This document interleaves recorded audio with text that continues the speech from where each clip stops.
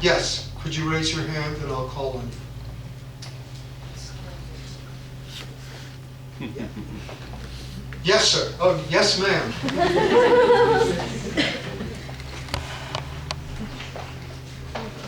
Here, would you like to take the microphone?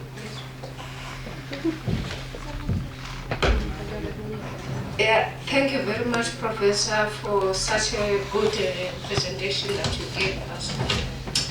And all the way we have been taking some notes. But I'm interested in this Arab Spring relationship to Norway.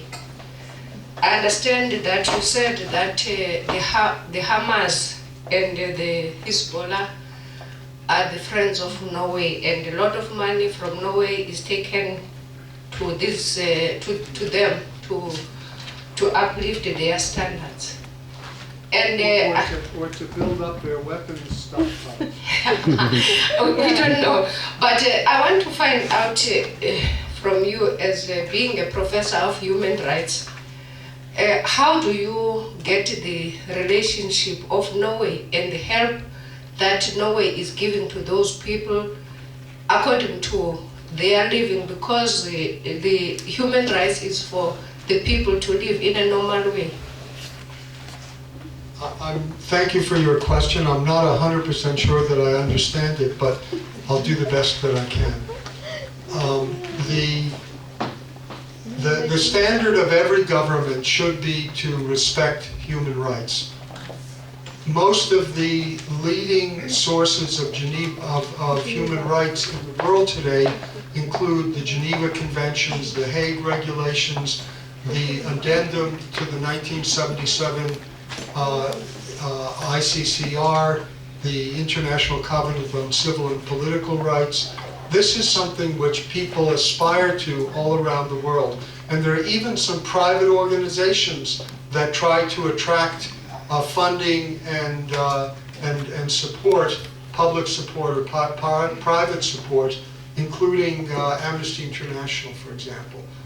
And each one of these tries to prove that what it's doing is the most important thing that can be possibly done. For example, if the choice is between women's rights and animals' rights, so you would say, okay, human versus an animal. It's nice to take care of your dog or your cat, but if it comes to eating or giving them medical care, you should prefer a human being over other possibilities.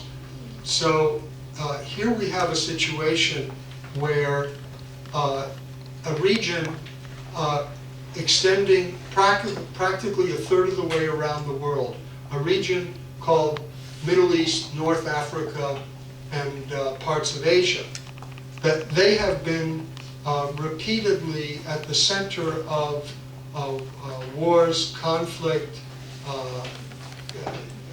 genocide, really the worst situation anywhere in the world. And this has been ongoing for decades, if not centuries. And so everybody that I knew, including myself, wanted to believe that this was going to change, that the terrible lives of people in the Sudan, for example, who are in Darfur and other places where they're starved and they're beaten and they're forced out of their homes, etc., that should change, and it should change now or in the very near future.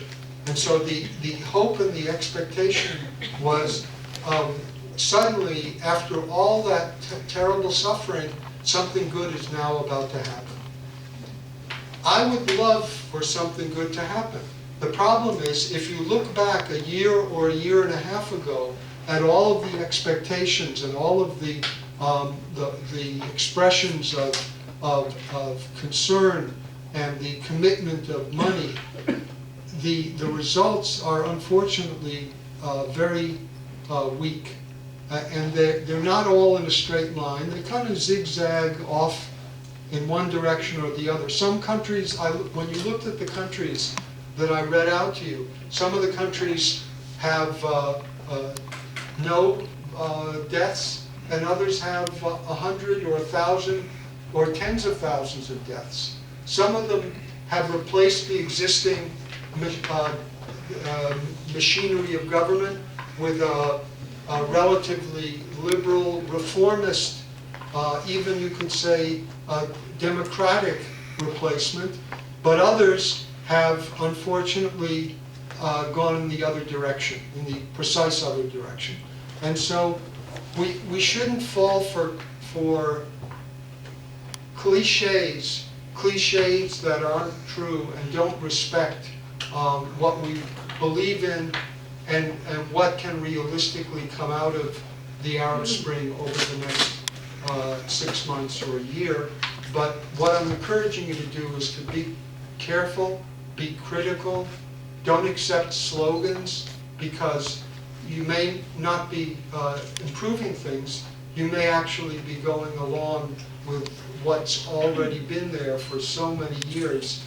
And to repeat, a lot of the results in the field of human rights law have been summarized up on the issue of elections with the expression one man, one vote, once.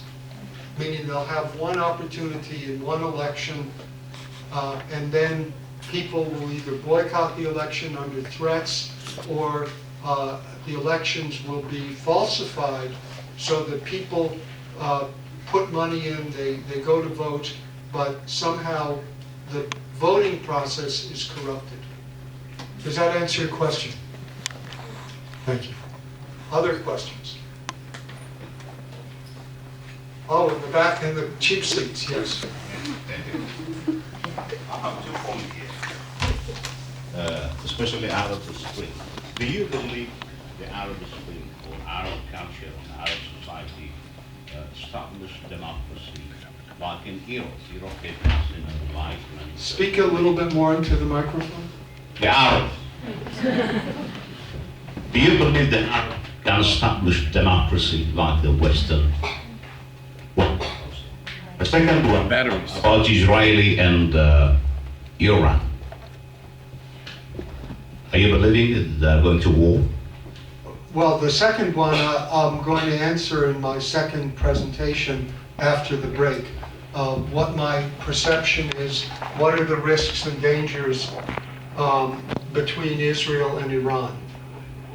And it's important to keep in mind, like with the video that I showed you at the beginning, it's important to keep in mind that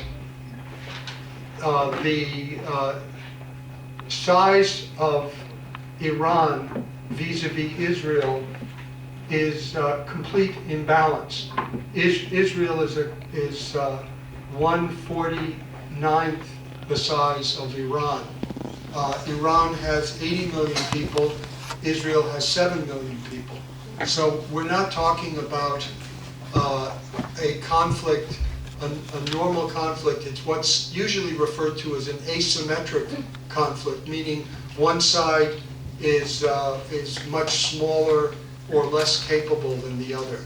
And that's the way our situation has unfolded. We have other things that may assist us, but we can't compete on any kind of normal basis with a country the size and with the manpower of Iran, not to mention that they have the 2nd or 3rd largest oil reserves in the world, whereas Israel has only recently discovered a small or a medium-sized deposit of gas off the coast of Haifa in the Mediterranean.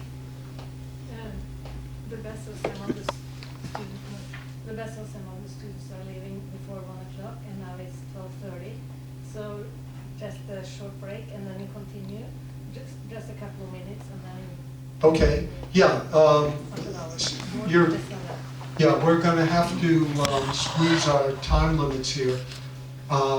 Your bus leaves in about a half an hour, so let's take a very short 5-minute break. Not more than that, and then we'll come back. And we'll make the best use of the time we have.